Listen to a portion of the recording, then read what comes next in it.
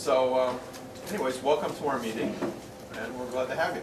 All right, well, yeah, thank you very much for having me here tonight. It's been a long time. I think I'm one of your most deferred speakers for the evening. I think we've been trying to do this since November, so we're on a pretty good track. But as Bart said, I've been in transportation and marketing transportation for 20 years. I started in Denver, was there for, I think, 5 years, opened up their rail system, which is why they brought me to Dallas and opened up their rail system.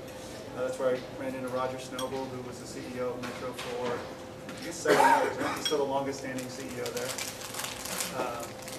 And have been with Metro for 9 years, actually, since February. And I'm the Chief Communications Officer. And I have the privilege of working basically on, being the last one to touch pretty much every project that goes through or that is produced by Metro. And the areas that I basically oversee are all the customer service, all the outward marketing communications, public relations, media relations, all the print production, all the, what else? Probably the most controversial thing I oversee is TAP, the Transit Access Pass, the financial system. Some of the things that I've worked on since I've been in Metro, basically, I did the first fare change we had here back in 2004, and I think like 14 years, because I was a new guy, so I didn't know any better how controversial it would be. I was heavily involved with the Measure R campaign, and getting that passed up to what we could do as a public transit agency. And one of the things probably the most notable is just the overall repositioning of Metro from MTA over the last several years. One of the things I noticed when I came from another agency was how many good things LA was doing, but how few people knew about it. When I got here, we had the federal consent decree. We had everybody doing things independently from everyone else. We were right about to introduce our Metro Rapid service, and the whole point of that was to separate it from the existing MTA system, so it looked like a more premium type service. And so what I basically saw was the system was doing a lot of great things, but people didn't know about it. So my overall strategy for communicating was pulling everything together, putting it under one umbrella. And even in looking at the system, some people say, oh, MTA versus Metro. When you look at the system out in the street and all the bus stop signs and everything, we had all said Metro on it. So I was picking one or the other. Metro was more of a friendly name. Just because when you have the Metropolitan Transportation Authority, it sounds very bureaucratic, very big.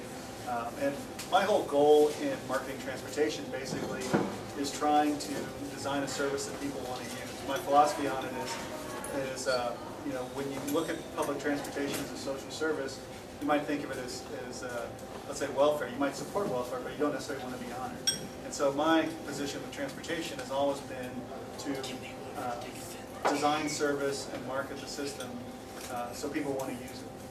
And that's transit, that's the discretionary riders as well as the transit dependent. You definitely have to have a system that makes sense for everybody, but I'm a big believer in getting discretionary riders because that's how you really achieve both goals of public transportation. One is obviously providing transportation to those who need it most. The other one is getting cars off the road and getting people on the buses. And I really think that transportation is a vital tool for any city to thrive.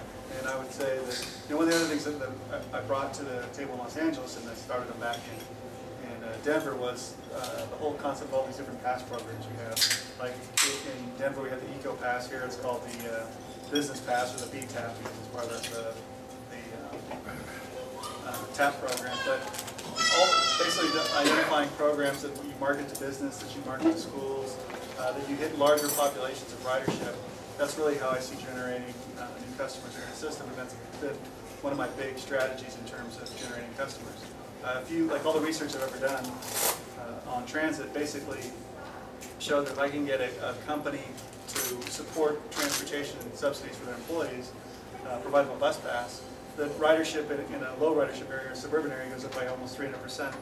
That's just because you're going from like a 2% population up to a 6% population of ridership. In a downtown area, urban area, it goes up as much as 40%.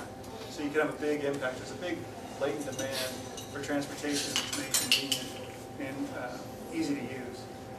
From a service perspective, what I always look at is, well, it's a simple rule of would you use it. And a lot of our services, and just to give you an idea of what my commute is, I live in Hermosa Beach, which I think is like 23.6 miles from my office, but I do drive to the Green Line. I could take the 438 from the LA dot bus, but I drive to the Green Line. From there I go to the Silver Line, which is on the Harbor Expressway, and then I transfer down to the subway, and that's how I get to work. And if connections are working really well, it's about 40 minutes from park and ride to office, and if they're not, it's like about an hour, over an hour. And then driving, if I have to do that, that's always a crapshoot because you never know how the 110's going to be. So I'm a big believer in designing systems that work for people.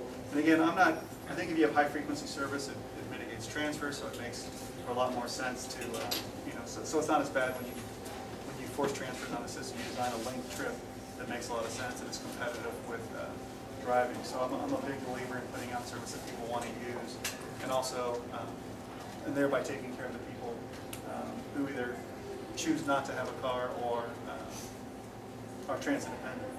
And so those are my basic service philosophies and marketing philosophies. And I would say one of the biggest things that I've done just from approach, which is actually focus on being very consistent in terms of our communications.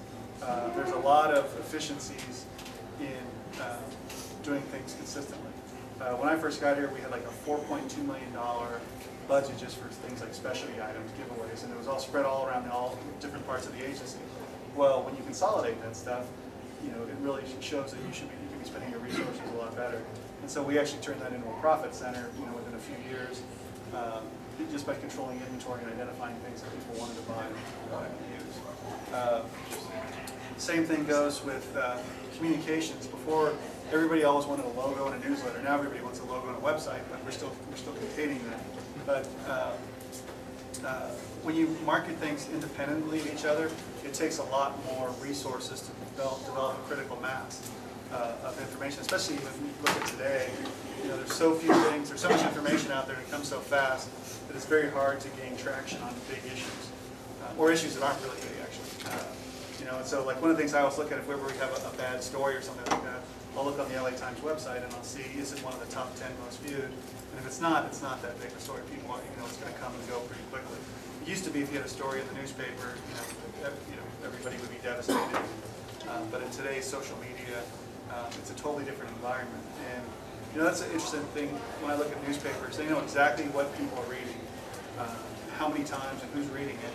Yet they still struggle with their product. And if you think of how they design their newspapers, they should be designing them more toward what people actually want. And to give you an example, if somebody puts out a huge issue on transit, we might get 50 viewers or 50 whatever.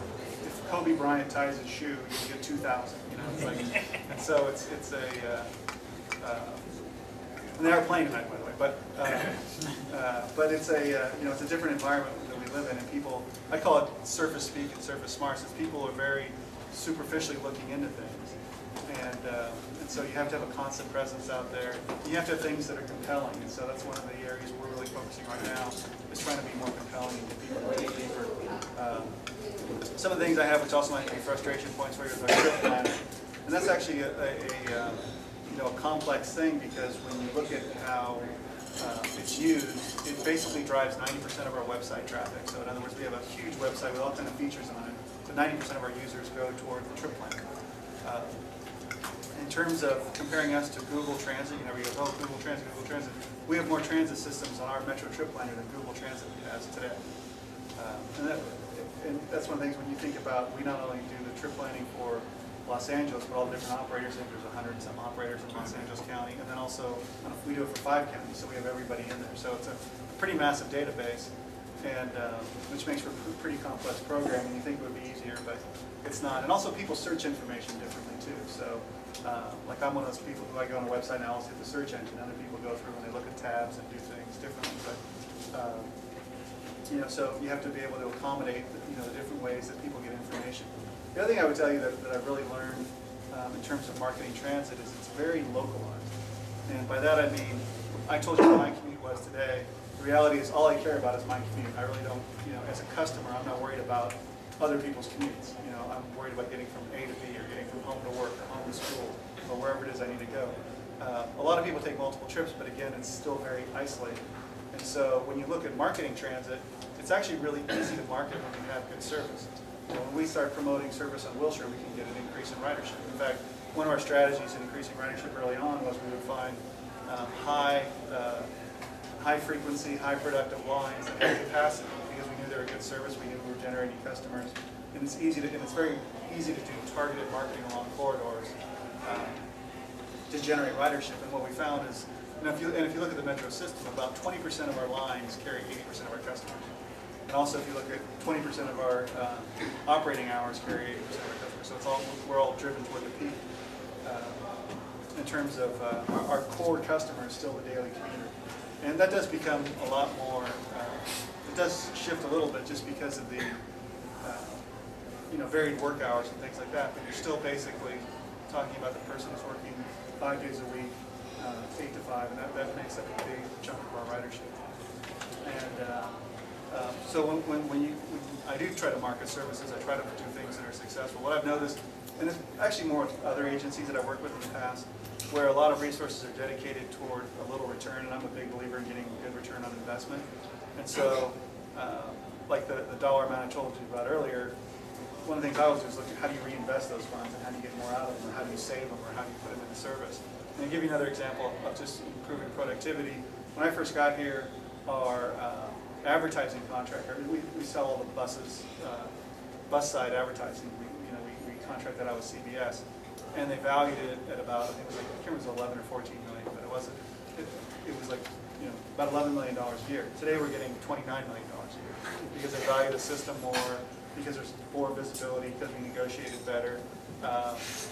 Also, because one of the things we did is we put in a guaranteed contract versus a lot of people did shared revenue, and when the economy went bad, so did a lot of the advertising revenue. But because we also went with CBS, a big company, they weren't obviously going to back out on the deal. So I'm always looking for ways to increase ridership, increase revenue, make things more efficient, market the best services that we have. And I also look at things. One of the things I really enjoy about this is I really like solving problems, and I don't get too emotionally involved with them, because to me it's like, especially when you deal with our board of directors and this political environment in Los Angeles. And I would say that's one big thing that's different about LA than any other place. Not only is it the magnitude of the system, but it's very diverse. And you have, I'm sure everybody in this room has different opinions on pretty much everything I've talked about, and has different solutions and different thoughts and theories and everything else. And you have to take all that and put together a system that works. And the best example of that is dealing with TAP. And that was a program I took over a little less than 2 years ago. But what I saw with that is there was all kinds of competing views and desires. And the problem with technology introductions is they can do anything, but they can't do everything. And so everybody had a different vision of what TAP was going to be. And the problem is that their impression, their vision of what it wasn't consistent throughout the whole program. And so when we rolled it out, there's things I would have done differently or not done at all. But when we rolled it out, we had a lot of issues with it. And so when I took it over, basically what I did is I like to simplify problems. So I broke it down into 4 areas, and I said we've got to fix all the customer issues, all the operations issues, all the capital issues, and then all the regional issues. And I would tell you today, TAP's fully operational. We basically addressed most of the customer issues. We're in the process of expanding it. The capital issues have been resolved. We still have some contractual things and stuff like that. The system's working. We're generating over 15 million transactions a month, putting through $9 million in revenue a month. But the last one to tackle is the regional aspect of it. And because there are so many different systems out there, I think in concept that the TAP program is great. Everybody wants a regional seamless system, and a good example of that is the Easy Pass. That's very successful in terms of people like, let's see, I got one too. But when you try to get all the different agencies involved and try to all agree, you have to think of the complexities of their system. Everybody has, our system alone is incredibly complex. We have a time-based system, a trip-based system, a distance-based system, all melded into one. And just to give you an example, we have 2 senior fares, depending on the program that you're using. So it's very difficult to get things through, and then when you multiply that times the 16 big agencies and the 80 other operators that are out there, it becomes a pretty daunting task. And so my plan in dealing with it from a regional perspective was basically to design a system that people would want to be on, and over time they would join. Because again, even in the system, we account for, depending on how you look at it, or measure it, about 65 to 70% of all the trips taken happen on Metro in the county. So we're a pretty big share of everything that goes on, and we've also invested a lot in the system, and so my whole goal is to make it work a lot better. In terms of the biggest challenges, again, we have a huge opportunity with Measure R. I mean, I think my frustration with Measure R is things don't happen quick enough, especially when you're building things and you're building them in a dynamic environment, multiple players and multiple interests. It takes a long time to get these things through. And especially, and that does for me, and I've been doing this for 20 years, for people who, outside of the whole public financing and construction, it's got to blow your mind because things just take so long to get in the queue and to get approved and to get moving forward. So, one of the biggest challenges, also the biggest opportunity, is we're basically going to be changing not necessarily the face of Los Angeles, but how people get around. I mean, when you look at, we have 12 rail projects in the queue. I think we're doing 18 groundbreakings on highway improvement projects over the next year. So there's a lot of activity that's taking place. And then also on top of that, there's local return that goes back to the cities for their local transportation improvements, as well as the local operators for their transit operations. So there's a lot of money that Measure R basically generated and put back and kind of set the stage for LA's future, which is why it's great that a group like you comes together and is interested in transportation and wants to make improvements. And again, all your visions and goals might not be identical, but the fact that you're here and interested and concerned is a great sign for our future. So it's a good time to be in Los Angeles and be in transportation, especially when you compare us to other cities around the region or other counties around the region.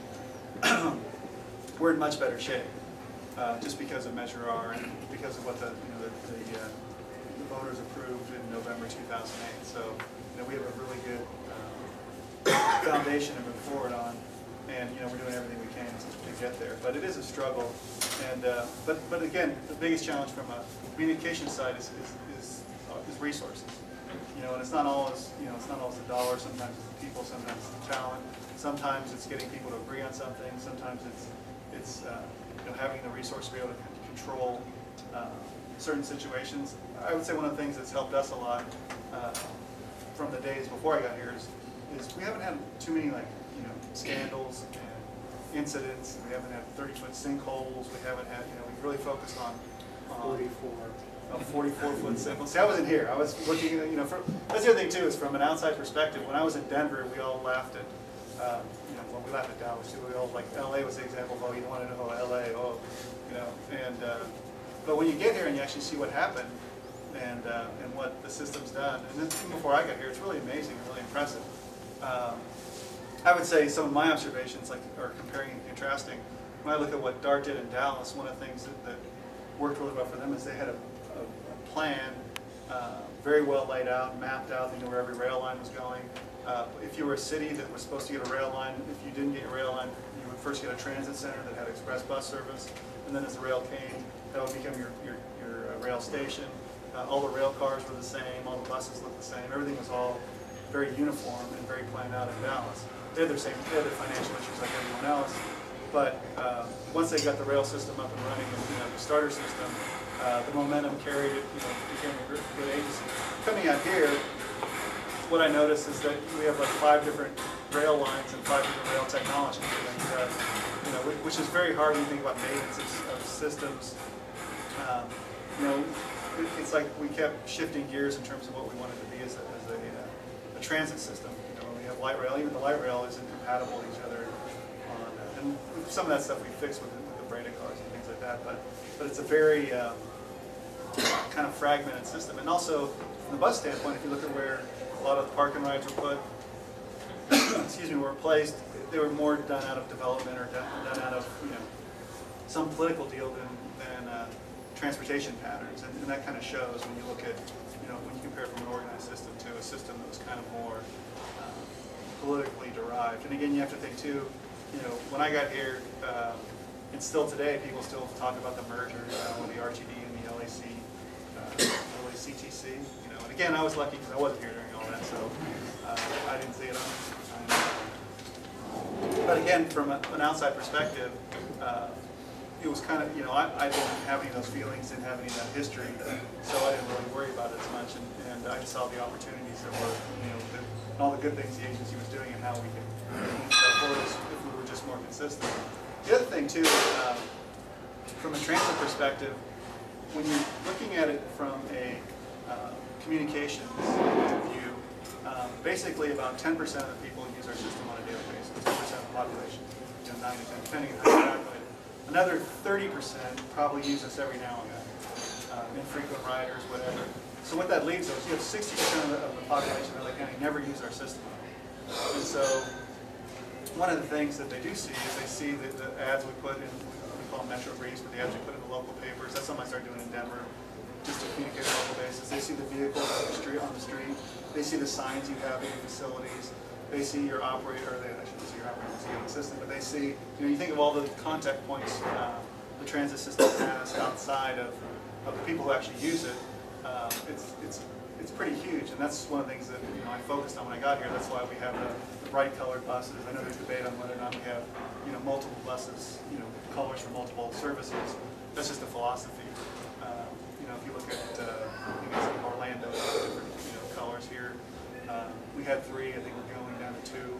I don't know if we'll go from there, but the big issue there was just having bright, vibrant buses that kind of revitalize the city and revitalize the system versus, you know, white. And if you look at a white bus, the reason why everybody loves white buses is because they're easy to fix. You can put primer on, get it out the street right away. So they have there's a logical rationale for that. But if you think about it from a aesthetic perspective, people want to, you know, you don't want to, you know, ride around in something that's not, you know, like it's unattractive or whatever. You want to feel good about what you're riding in. Otherwise, everybody buy the same car. You know, so, but again, you know, communicating out to the public, I think that everything that the agency did and everything that, you know, we did to make it more consistent, to make it more visible, to make it more friendly, really helped us back when, you know, Measure R was an issue. And that was kind of interesting too, because that whole strategy just basically came from, we knew there was going to be a big turnout on election in November, and at the time it was actually, you know, Hillary was leading in the polls, and so we were projecting this big turnout. We knew we had an opportunity, and so we did a lot of research to figure out what was the best path forward. We were looking at gas taxes, we were looking at carbon taxes. I think we had like 5 or 6 different things, but the sales tax always pulled the highest. And what we really found was that the more arguments and information we got out there, the more people supported it. And so, you know, some of the polls even came out as high as 78%, depending on how the questions were set up and everything else. So we had a pretty good shot going into the election, and the way it turned out, I think we were at 68% but it turned out really well. And it was like perfect timing because of that. Because leading into it, gas prices were going up, but when we actually had the election, gas prices were going back down. And the economy was just starting to, you know, go south. So it was good timing. I don't think it would have passed any other time. So, but again, that kind of set the foundation for the future. So, with that, are there questions or anything else you want to talk about, cover? Ken Rubin from Southern California Transit Advocates. At our January meeting, we had Vanessa Smith talking about TAP. She sent Laser and then sent us some answers to some of the questions. But I didn't look through it all. In fact, I gave her one of our issues as mentored a week or 2 ago. Anyway, one of the things she said, I said, when will, and you approached on, sort of mentioned it, of all the agencies on TAP. I said, when will, if you close the gates, what will happen with you know, as far as since I have a paper pass, so to speak, when will that take place? And she said that the gates will not close till all the agencies are on TAP. I have 4 TAP cards I have no money on because I use the Senior Easy Pass. Do you have any input on that at this point, since you are overall, I assume, still in charge of TAP? Yeah, I can tell you exactly what we're doing with that.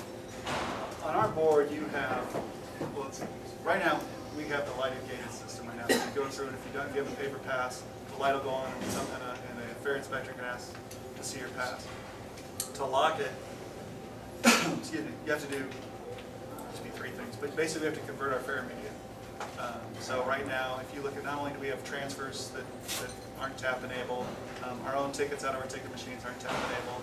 We still have passes that Metro passes, exclusive Metro passes that aren't tap enabled, as well as the Easy Pass is not tap enabled. So what we're doing is we're trying to convert all that fare media right now. And our goal is to actually be able to test lock in the gates in September. I don't know if we'll get there, but the other big thing is MetroLink, who actually met with today. So what the goal is to be able to convert as much fare media as possible to tap. And like on your, like an Easy Pass, that's what I use too. No, I'm a senior. Oh, okay. Well, I'm getting there, but hopefully. But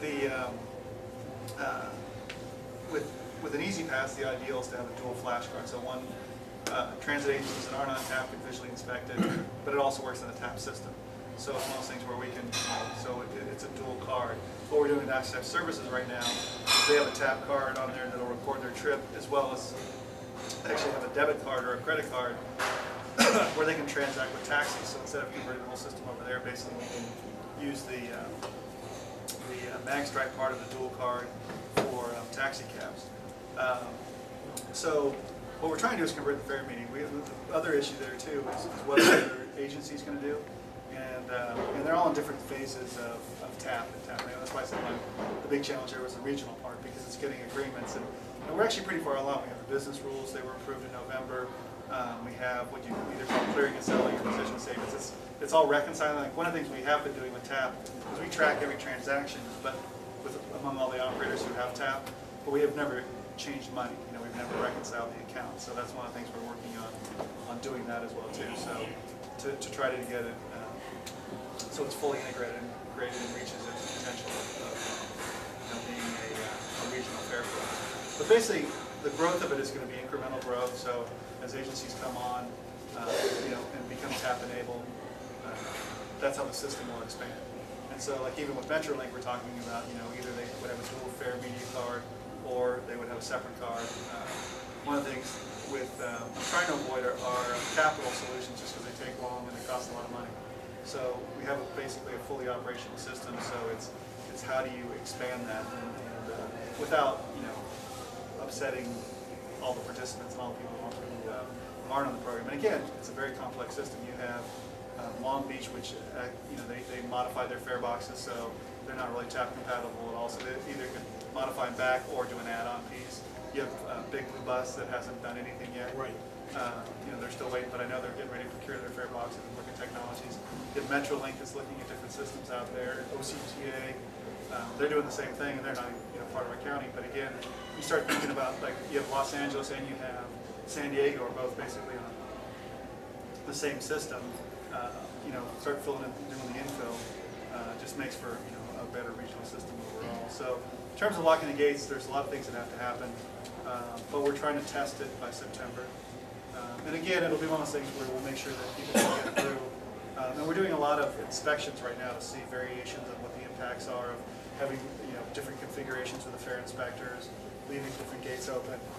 One of the things that's interesting right now is to modify the gates to lock them. What we'd have to do, because we would be testing it, is you have to upload software and then basically reboot the system to get it back the way it was again. So it's definitely a challenge, but it's something we're trying to move toward. How fast we go, I don't know. But Will this still be issued in the meantime?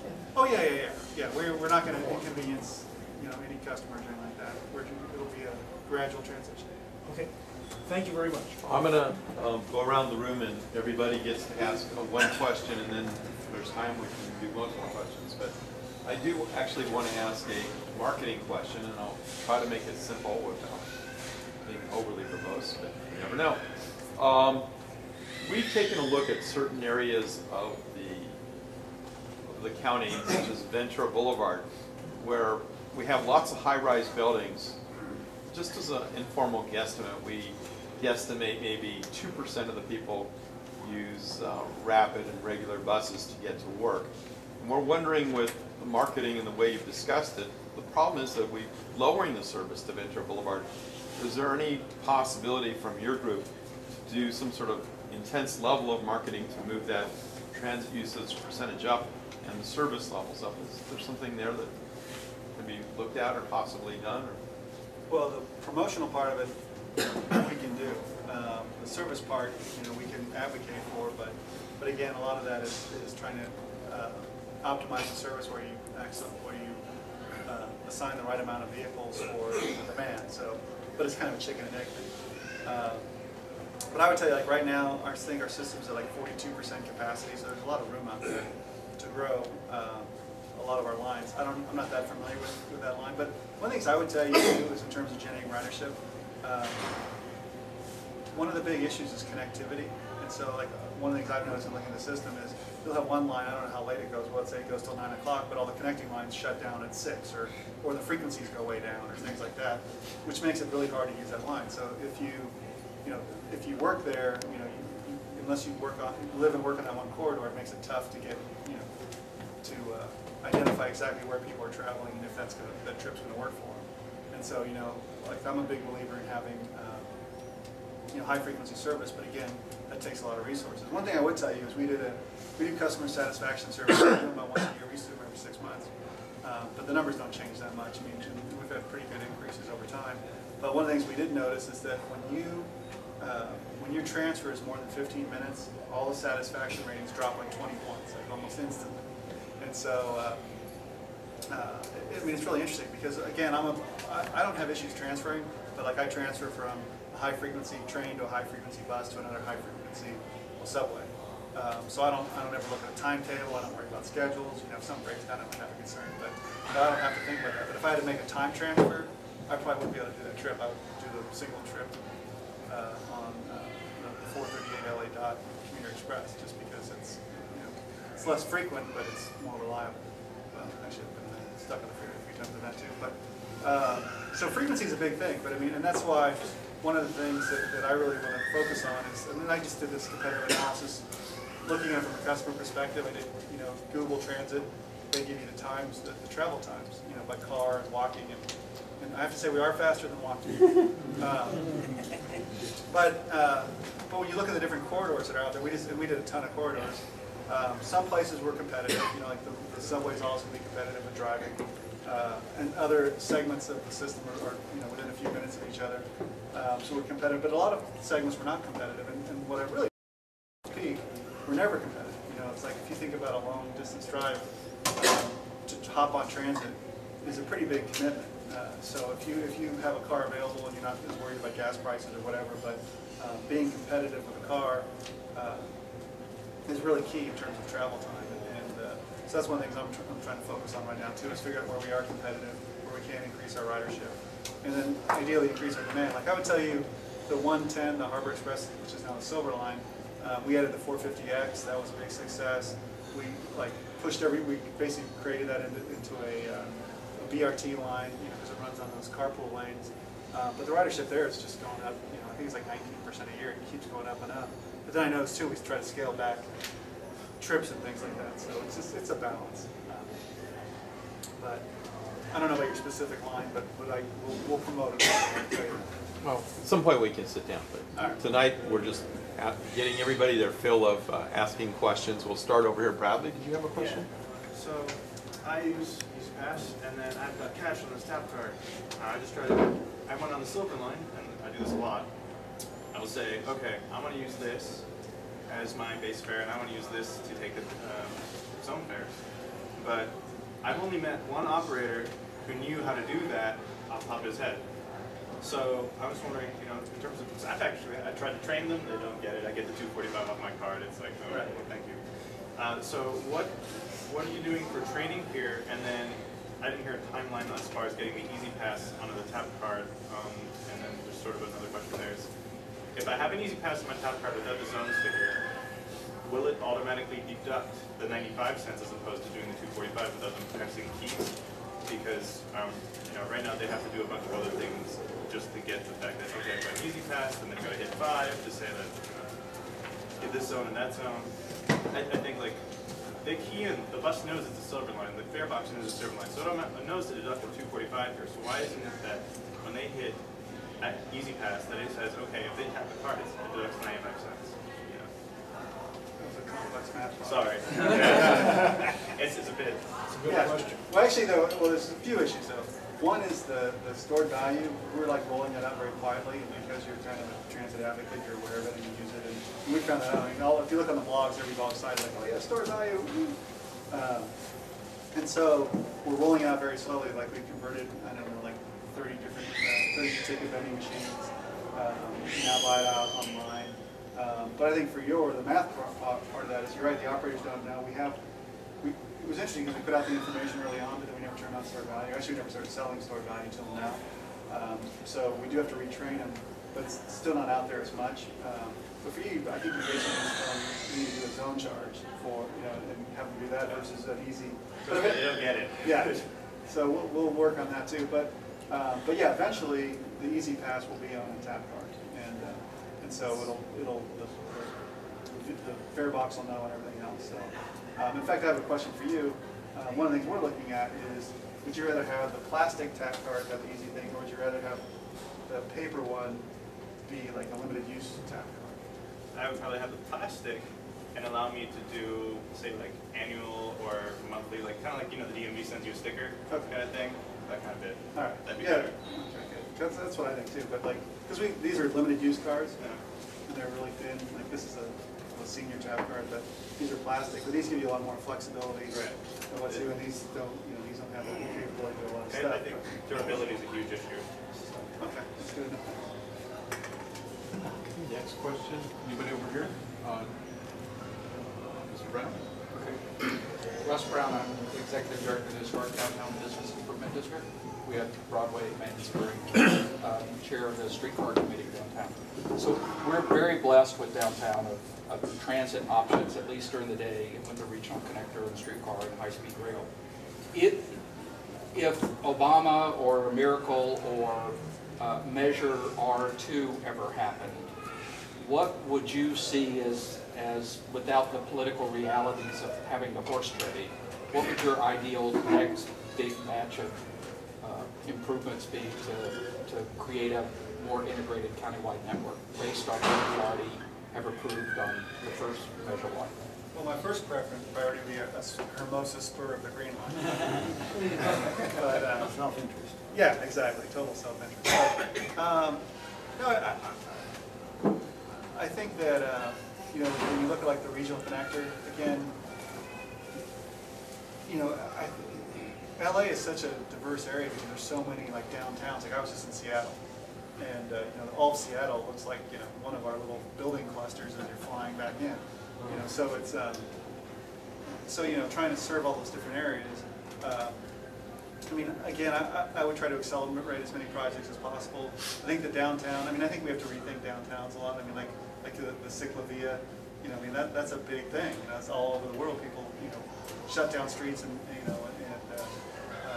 ride bikes, but that for us it's like it cripples the city. And I think we need to be able to plan for things like that better. And I think the transit system needs to become more integrated. So, like for specific corridors, I don't really know, exactly what other than the Hermosa Spur, but I think it just needs to become a really integrated system that has greater reach. And I think that there's different technologies that work in different areas. I mean, like on the west side, like I love my Green Line because it's elevated and I don't have to deal with traffic at all. And when I take the Blue Line, I always get frustrated because it stops all the time on the street. So I think that you need to have better coordination with the street traffic. I don't know if underground's the answer, but I think it's the only answer for like the west side and things like that. And your big trade-off with things like subway is, and again I don't know the exact math, but it's you're talking however many millions of mile versus light rail, which is half that or a third or whatever the difference is. So when you're talking about building a subway line versus a light rail line, it's much more cost, even though there's a lot more utility. Like I was saying earlier with the speed, you can't get to North Hollywood any faster than on the red line.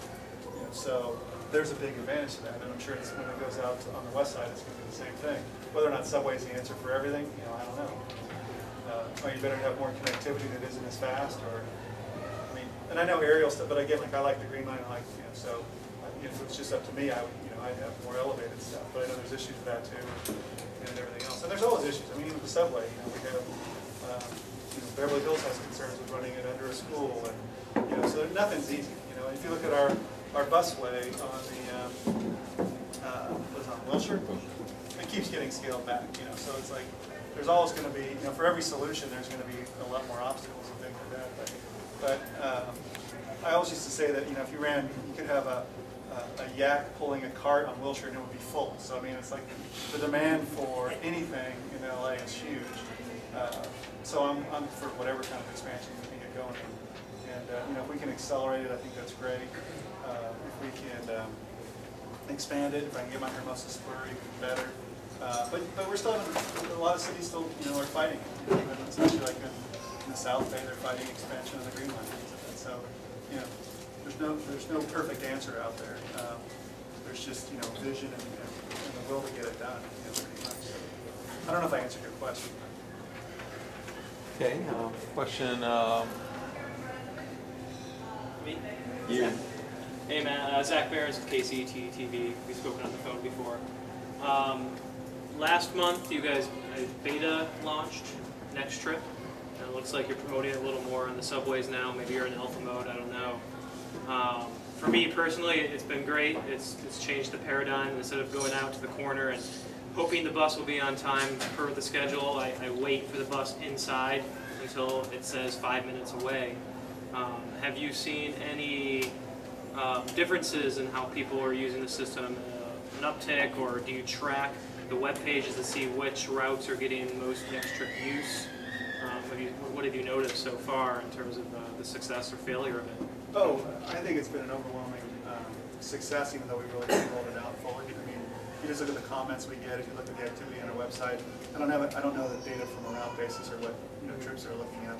Or I don't even know if we have that data. I don't know if that's part of the Next Trip software capture that, but it's been an overwhelming success so far. And the only reason why it's fully operational too, the only reason why we really haven't rolled it out completely, because the next phase is putting up signage and everything else so people can know what their stop number is.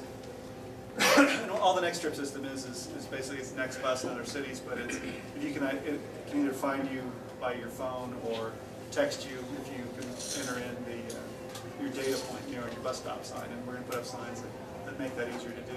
And there's also some scan thing, I can't remember what the name is for that. But QR. Are you going to add subway times to it? Because right now, the only way for me to look up the subway times is through like a PDF of the schedule on the phone. So I can next bus, but I can't next train. I'll have to check on that. I think, yeah, let me check on that. So, but it's been received really well. We're still doing the formal launch. We're waiting to line up the event and everything. But it's funny because that and the stored value, those things are like the underground sensations going on right now. Well, you're promoting them on the screens at subway stations now. Yeah.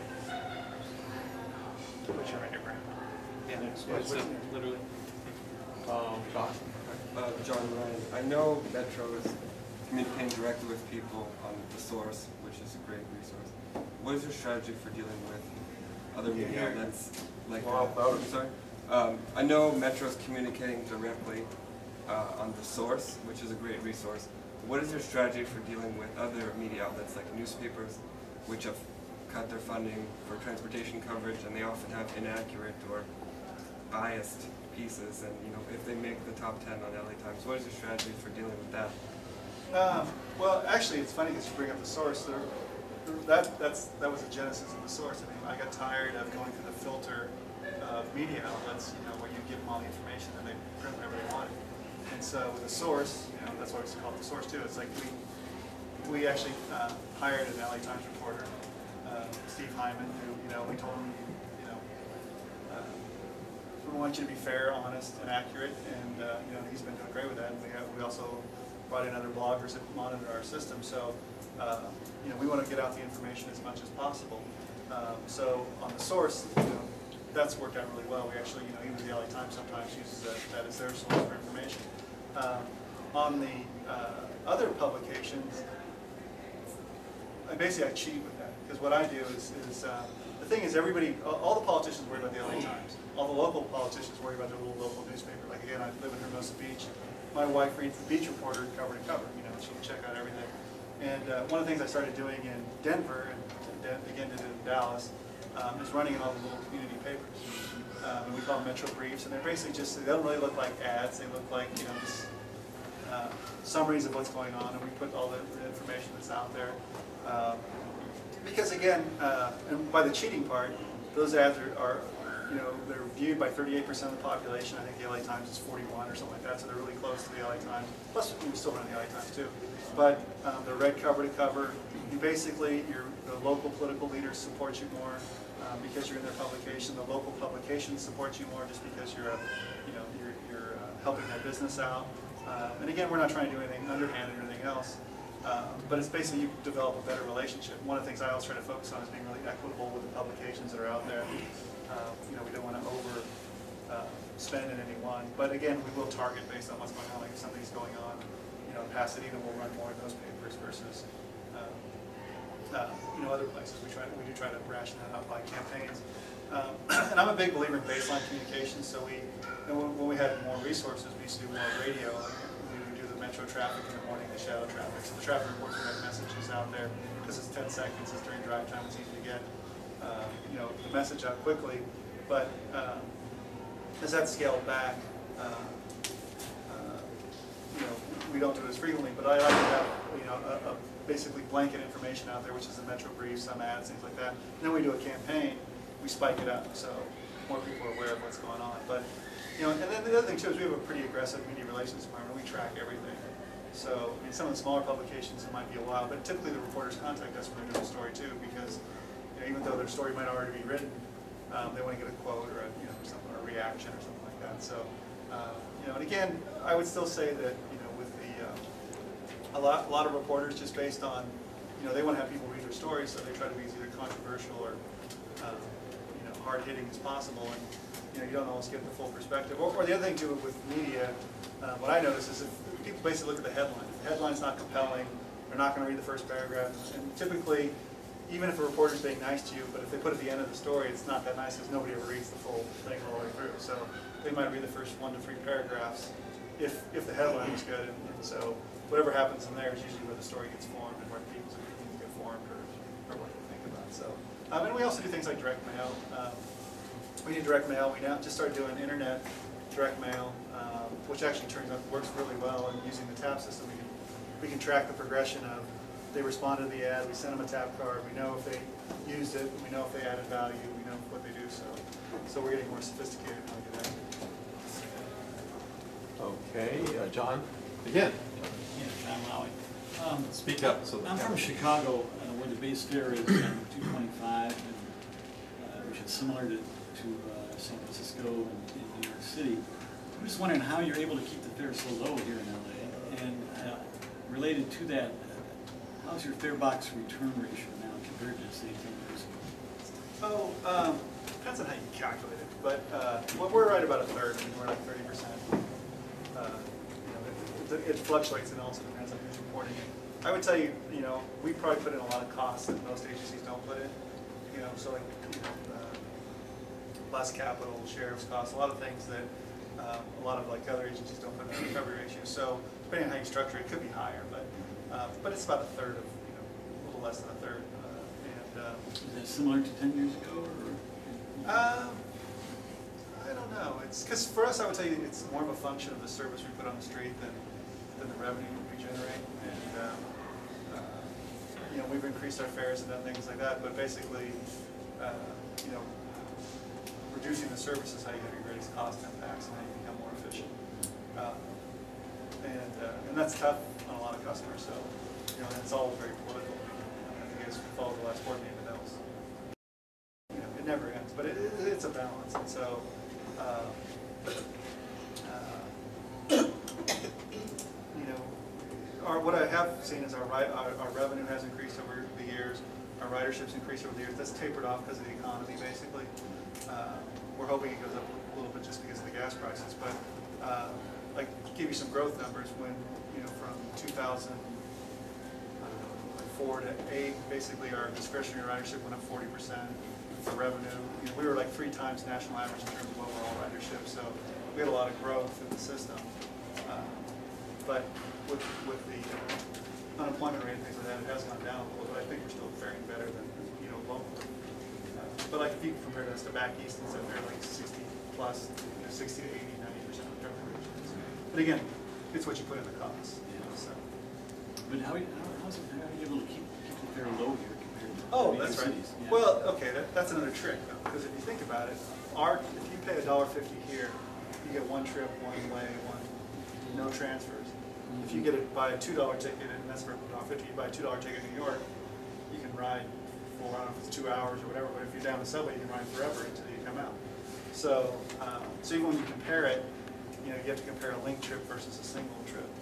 And again, I'm more of a believer in, actually, I like selling time. Like I introduced the day pass here back in 2004. And actually, it's funny because I did it in Dallas right before I left, and our revenue went up like 20, 30%, almost instantly.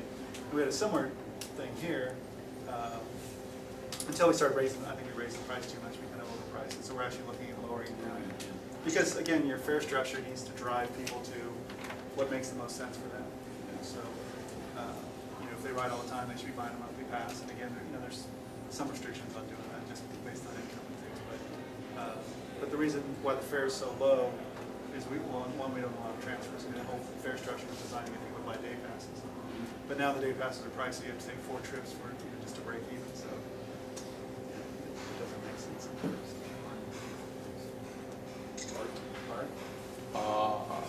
Right here? Me? Yes, David. Eugene Solinsky. First of all, this is what I feel is the most disjointed transit system in the country. And part of it is because you had a unified fare structure, and I should be able, with my $75 I'm paying for a monthly pass, I should be able to use as a base fare, go on any bus in the system. I can't do that. For example, I couldn't, without paying extra, I can't go from, say, the Beverly Center to the West Side Pavilion, as an example. Now, I'm not too pleased with the tap card. I'd rather, if I knew a place where I could get paper passes, buy those, I would. I'm talking about, I know you have some businesses that sell our paper. He's selling those, I get those. If you ever wanted to have, like the tap card ever wanted to work, you have to have a unified fare structure. I mean, where you have one set of passes, even one cash fare. Look at, since you said you came from Dallas, Fort Worth, Dallas, with that pass, you can use it in both systems. And if you have with 2 zone, you can ride the commuter train. You can't do that. It's a unified fare structure. I believe in Chicago you can use one pass that can go in the suburban areas too with pace. And you can't do that here. Oh, yeah. And this is one county.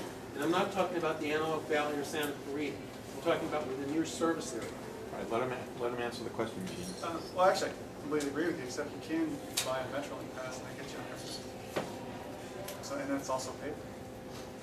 Well, I'm talking about just to ride the bus. Well, yeah, because I mean, if you, you're right, it is a disjointed system. We have like 100 plus operators in here. I think if they were starting, all over again, a lot of things you're saying would probably happen. They would have a unified fare system and a unified fare structure, but that's not how the system came about. And again, it's trying to get there, but we got to move incrementally. There's still a lot of Unless issues. you can force feed the munis to try to get them to do that, it's never going to happen. Well, they're coming along pretty well. I mean, the problem is there's so many steps involved, and also if you think about, LA. I mean, we used to have a barrier-free rail system, and then we put in gates. That's a big change. Most people who went to like a tap card system used to have gates with tokens, and then they went to magnetic stripe, and now they're going smart card. So they had a more gradual evolution. What we had is we basically went from nothing to a smart card system with gates. And again, like you said, there's just multiple fare systems out there, and it is confusing. But there, I mean, again, like with the Easy Pass, I don't know how many zones you can get, but 6. You get 6. I think you can actually go to 12, but it's like if you're going out to Antelope Valley. But I mean, there is a way to do it, but it's not cost effective. It all depends on how you ride. there shouldn't be any extra charge to do, like to ride the meetings, that's what I'm talking about. Right. Thank you. Right, next question. Tom Rubin.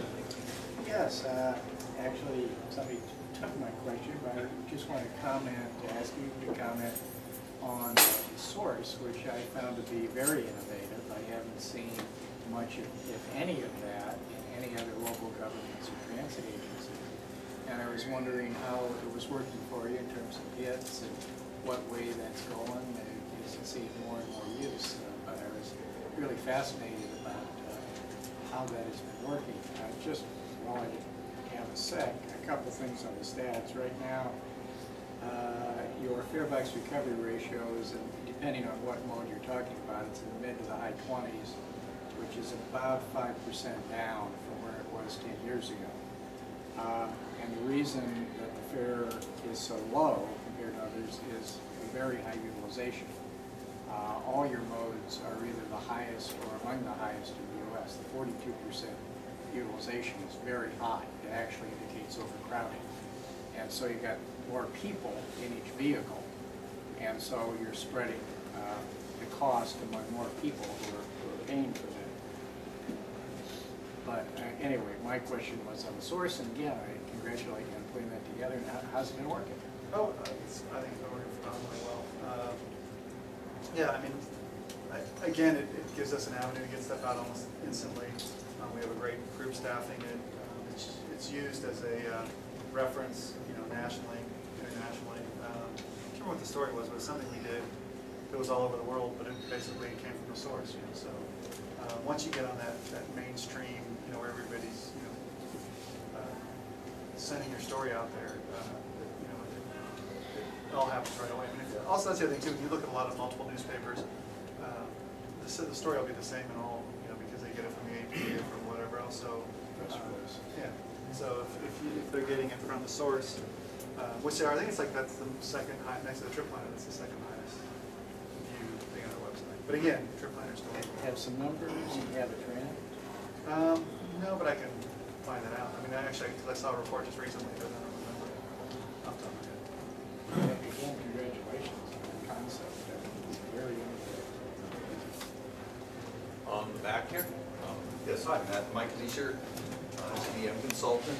Do you think Metro is getting their fair share of use of or utilization by the employers for the commuter tax benefits to drive sales for the VTAP?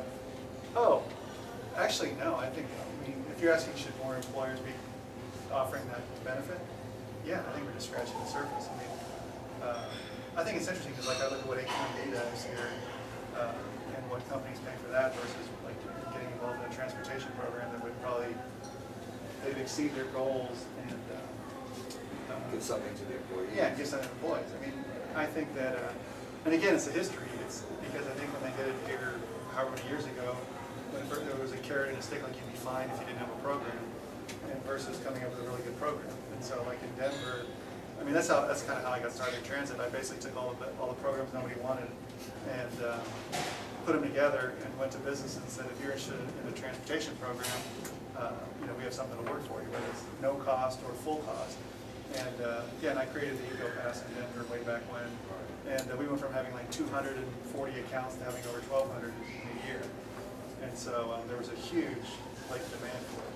Do you have any plans in your budget to increase the awareness and marketability of the commuter tax benefits?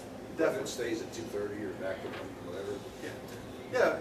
Again, it's a lot of it is how we've actually our individual sales approach. We basically merged our rideshare outreach people, and we really so we're looking at more hardcore sales, more promoting the benefits of that tax break. It's a huge benefit, and it's something that really impacts the employees. And this market is incredibly underutilized. So yes.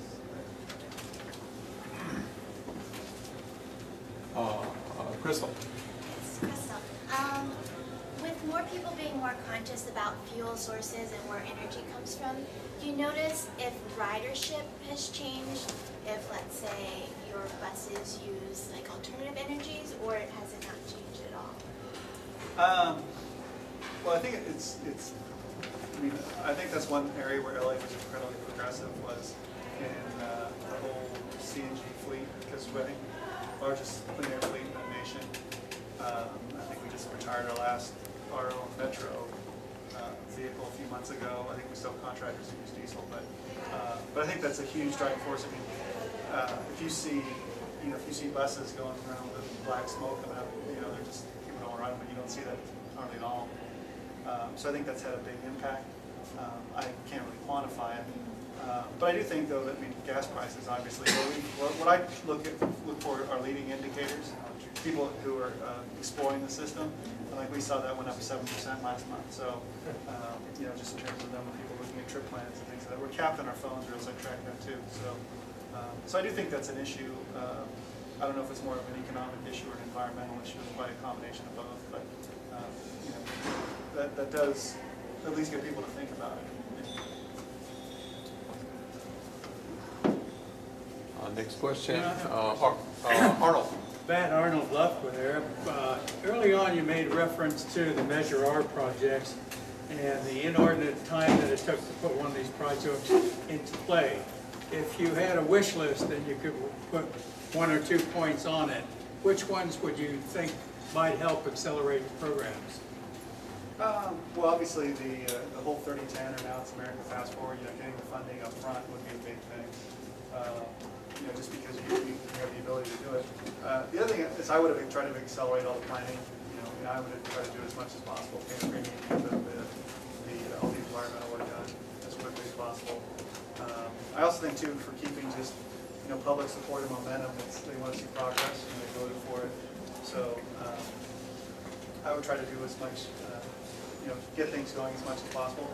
I'd also look at incremental build out. I think the way LA does it, it's always one project, and there's this big, that's where all the fighting goes on. And again, you're disrupting a bigger area when you do incremental builds. But I would look more at doing that and have more segments, just so stuff happens faster. But going through all the clearances and all the environmentals, and and then projects still get held up, and somebody will sue, somebody, a city will have an issue. That slows things way down. So. But I would do anything I could to speed it up. In terms of particular lines, I would try to do the ones that have the greatest impact. Thanks. Aisha? Is it Aisha? Yeah, Aisha. Yeah. And just say your name. I'm Aisha. I was wondering, I'm from Thousand Oaks, and I went to school at UC Irvine, and I guess I've always wanted to come to LA because there's a lot of employment opportunities, but getting from those two areas is rather isolated, and we didn't plan for transit at all for different reasons. I'm wondering if there's any ideas for expansion into Thousand Oaks or Agora Hills or any of those areas leading into the Valley or LA. For what? For for metro service, bus, rail, anything. Yes. Even or Metrolink would be nice. Yeah, so I'm not familiar with the area, so I don't know. But actually, Bart knows that better. Well, Thousand Oaks is car culture land, and I would recommend you relocate to either Simi Valley on the Ventura County line or Santa Clarita on the Antelope Valley line. But living out in Thousand Oaks, there's a 161 bus once an hour, but and you're not that far from the beach. Otherwise, it's just one of those geographical choices. Do you live in a non-transit area and like it, or do you want to live in an area that connects on transit? That's the big change in the city, is the different rounds of transit that come through. So it's a tough question, but it's also where people choose to live too. It's one freeway type of corridor that doesn't have a lot of choice. You are in a constrained routing. But Thousand Oaks is one of the few places in LA County where you can ride a bike on the freeway legally. Really? So that right? Yeah. And so that was the alternative to the I-5 over the Grapevine is another, believe it or not. There's no other path. There's no other way through there. Have you done it? Yeah. Hey, in the back, I don't know your name? Steve. Steve? Oh, Steve. Yeah, my question is kind of like Say your name though. I'm Steve Glenn Harris, computer engineer, live in Culver City.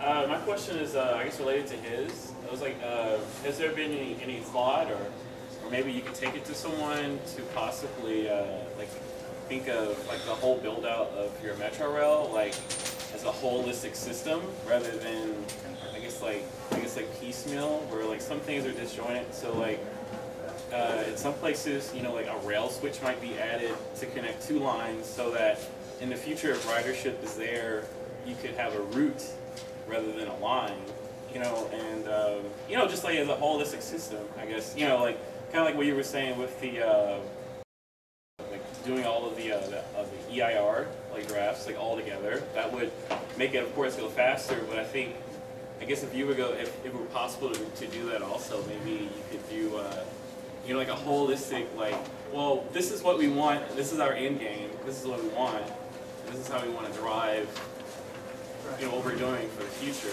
Yeah, and that's actually what they did in Dallas. You know, their road system was like that because they did beltways or whatever, and then the rail system they did the same thing. They're just building it out as they go. But they always had like a really thin line, and then once they built the rail, it became a thicker, you know, rail line to denote that. LA, if you look, there is a build-out plan, and I think today the realistic side of rail is usually build it on existing rail corridors. So you know, a lot of the build-out stuff we do, even the Orange Line, which is the busway, was on an existing rail right away. So I think there is overall plan, and actually, if you just go to the 3010 side, I don't think you can see that. Oh yeah. And also, if you just Google, you'll see like conceptual stuff. But a lot of that's not that far off. It's just the way our board is structured, the way we're structured. We're trying to do things based on, you know, geographic, you know, corridors and what they support. And again, it's a big because of the history here, it's a big pecking order of who goes first. And so they approved the long-range transportation plan, but maybe if any project tried to jump over another project, then, you know, then you have a... Is it, I guess, like, I mean, just from looking at, like, I've seen, like, 3010 maps. There's a really good one by the Transport Politic. That I like that one, and I've looked at, like, the maps that you guys have published. And, I mean, I'm guessing, like, going, like, beyond that, I guess, is it safe to say that, like, maybe if there's like a metro rapid operating like on a street that already had a streetcar service, like Crenshaw Boulevard or like Vermont Boulevard or something like that, in the future this will probably be a light rail or a heavy rail, you know, line. Is that pretty much? Well, that's what we have with our long-range transportation plan. And so if you look at all the projects that were in Measure R were like Tier 1 and maybe Tier 2 projects. And then there's like Tier 3 projects, which is what you're talking about. So it's in the books, but it's an issue of funding and time and resources. You know? And so, but that does exist out there. That's not to say it won't change from time to time. Who else has asked the question? I know that you just launched a new Spanish language blog to complement. But beyond English and Spanish, how do you reach out to the multitudes of non-English speaking communities? That's a really good question, and it's what we've done. We basically have all these we call them multi-language brochures, but they're we have them in like 12 different languages, and we work with those particular chambers or business associations or neighborhood associations to help communicate that. The one, so it's basically surface level information form, but the one advantage you do have in terms of communicating transportation is because it's street names and numbers. A lot of times, it's pretty straightforward. So we do try to make an effort. That's a lot harder than just because again it's the different concentrations, and you have to look at how many people also speak English too. So it's just, but I think like LA is the #2 population for 12 different cultures. Their home country and then Los Angeles. So we're aware of that, and we try to do that as much as possible. But there are limitations. But we try to. Next question. Back here, you guys have any questions? Russ. Are there any transit projects or transit options that other cities and other countries use that would be applicable here that are not even on our radar? Oh, there's all kind of things. You know, like we've tried car sharing way back when. You know, that works in, you know, in more finite areas.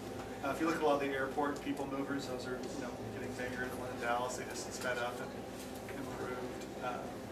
You know, one of my big things is we have rapid buses. I'd like to see a rapid freeway network that had used our carpool lanes, because we have, I don't know how many hundreds of miles of carpool lanes, and I don't think our bus is fully utilized. Like San Diego is doing. That's a big one. Yeah. So I mean, but so I mean, there's a lot of things we can do, and you know, and I also think too, you know, everybody says like, what's the future of transportation? I think it's basically we're gonna be like Europe. I think everybody will live in little communities, and then, you know, use transportation to get out. But there, you know, there's a lot of different modes and things like that are out there. I think, like in Paris, the bicycle stuff, that's amazing. You know, the sharing, and then they have like, you know, just full road, they're all gray bicycles, and you can just swipe your credit card and use it. You live in Chicago? Yeah. DC, Boston, Denver also. Yeah, but you know, whether that stuff works here, I don't know. I mean, we can try it. And we have tried a lot of things. It's just, and there's a lot of stuff out there too. Trying, it might just be timing. It might be, you know, how it's set up and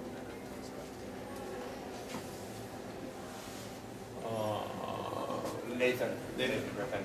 Are you guys going to be continuing with the, I don't know what the ad campaign is called, but like the ad shows like Naughty and Nice and like whatever. Are you going to continue with that campaign, or do you guys have any other right now, strategies? the ones we have out there now, it's like 3 things, 3-word headlines. Yeah, that's so that's what we're doing right now. It's like we have Dump the Pump and I can't remember what they are anymore. But yeah, well, we started with all the. What's that? Good bad. Yeah, that was my favorite. I like OMG. Yeah, that's that one's out there right now too. The OMG. So, but we try to do 3-word catchy headlines, because it's funny because that campaign we had that in the ready to go, but it was when we were pushing. We did the Imagine campaign, we did the Measure R campaign. We had that one ready to go because we knew once the campaign committee took over, we'd have to quit communicating for Measure R. And so as soon as that happened, we put up that one, and that's been one of the most memorable campaigns we've ever done. Because my whole thing with trying to market transit was just trying to simplify it. That was like the most simple form. Yeah, I think just to simplify it, just like the figurines that you guys use, or just the animation of the people is, I can't think of the right word for it, but it is very, I used to say, friendly and approachable, I guess you would say. We know that the catalyst for a lot of that is because we always have groups come to us and want us to do some other, like, negative campaign. You know, like, can you tell people to quit chewing gum? Can you tell them to quit putting their feet on it? Can you tell them to quit doing this? So it's like we came up with a whole, using those icons and those figures as a friendly way to do it. So it's also, it's very efficient because they come to us for the same stuff like every 6 months. So it's like, all right, it's up there. So, Bradley. So, there's another math question? No, well, right. technical. Yeah. So, Google Transit, you guys have been on there for about 2 years now, and yet there's no fares on the planner. So it's all just basically get here, how to tell you get A to B to C. But it doesn't tell you how much it'll cost. On Google? On Google, yeah. So the feed right now has no monetary value. And I'm wondering if you have any plans to incorporate that in the future, because with the other munis, a lot of us have fare information in there, but when we have a trip that connects to you, it just says there's no fare. So, that could be interpreted as free, or, it's problematic. I'll check on that.